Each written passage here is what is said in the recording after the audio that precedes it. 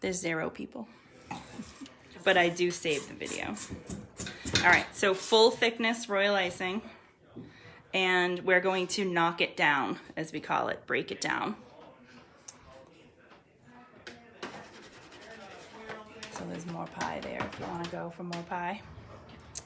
Okay, so to first start breaking down the frosting, you add water and you start to already see the frosting soften a bit. And I had already made some orange frosting in here. And you can see it's already thinning out. This is about toothpaste consistency. And a little bit more. And then we're going to add some of the soft gel food coloring. And that is AmeriColor. And the color is orange. And we'll add a little bit of that. And give it a stir.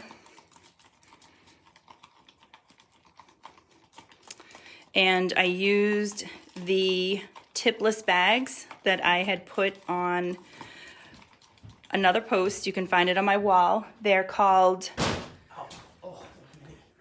tipless bags. They sell them by the hundreds. Many different companies make them. These are from Truly Mad Plastic. And the bags open up nicely. And I tape the bag closed with a little bit of tape. And I cut a tiny, tiny little hole in the end of the bag. But I'll show you the consistency I was going for. This is how I made it. A little bit of water, a couple drops. I look for how the icing falls off the spoon and how it starts to settle off the spoon. So let me hold that up so you can see what I mean. The frosting will start to settle back in to the rest of the frosting in the container. And you'll be counting the seconds as that happens. I would like this to settle a little faster, so I'm going to put a couple more drops of water, give it a stir. And again, I'll do the spoon test. How does it fall off the spoon? And how long until the frosting settles back in? I'll just make some lines and I'll count. And that's looking pretty good to me.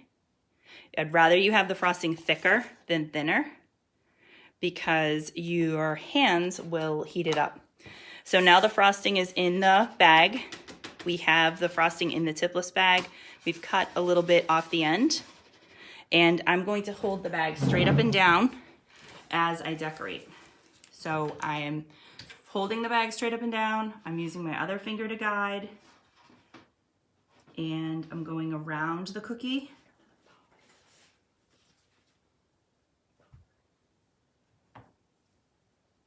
Now remember, I've decorated, I don't know how many thousands of cookies, so that's something that comes natural for me. You're going to go a lot slower.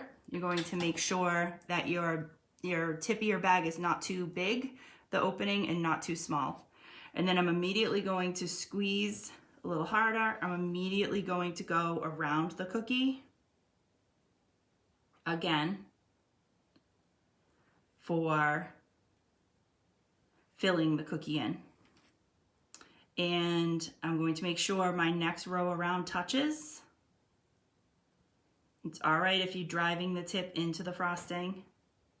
I can go back and forth like this if I want to, but I don't want to see any of this. This will end up just creating more air bubbles. And so I can go pretty fast, I can squeeze pretty hard, and take my frustrations out. And in the end, always squeezing from the top of the bag, in the end I can shake all of these air bubbles out. Okay, so put that over to the side, and I can drop my cookie a few times, start to get it to settle. I can also use one of these scribes to start knocking down some of the spots. If my edges aren't what I'd like them to be, I can go back to those. I could even go back with the bag. But this is years of experience, years of working on the medium for royal icing. And don't forget, if your cookies aren't seamless, if they're not smooth, if it takes you 10 batches of cookies to get to the point where you're comfortable with royal icing and you're comfortable with consistency, that's okay, because the cookies will always taste the same.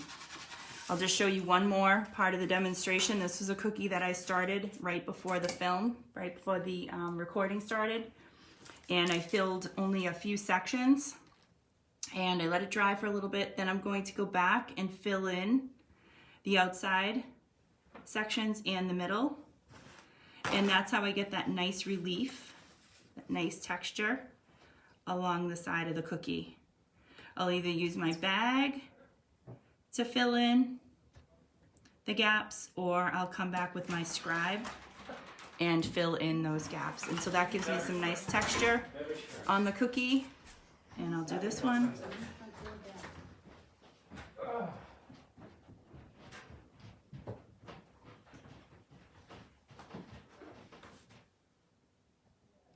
I'm gonna clean this tip off.